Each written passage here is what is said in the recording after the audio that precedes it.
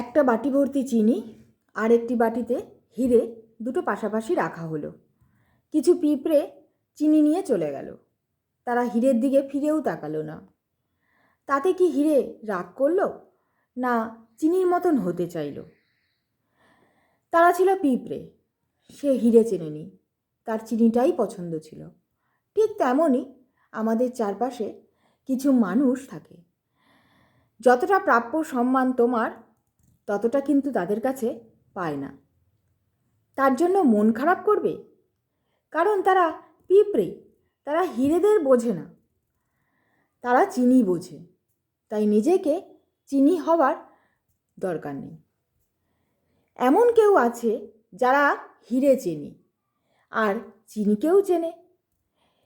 নিজে যখন হিরে হবে তখন কে তোমাকে গুরুত্ব দিল, কে দিল না, সেদিকে না ভেবে নিজের মতন চলো।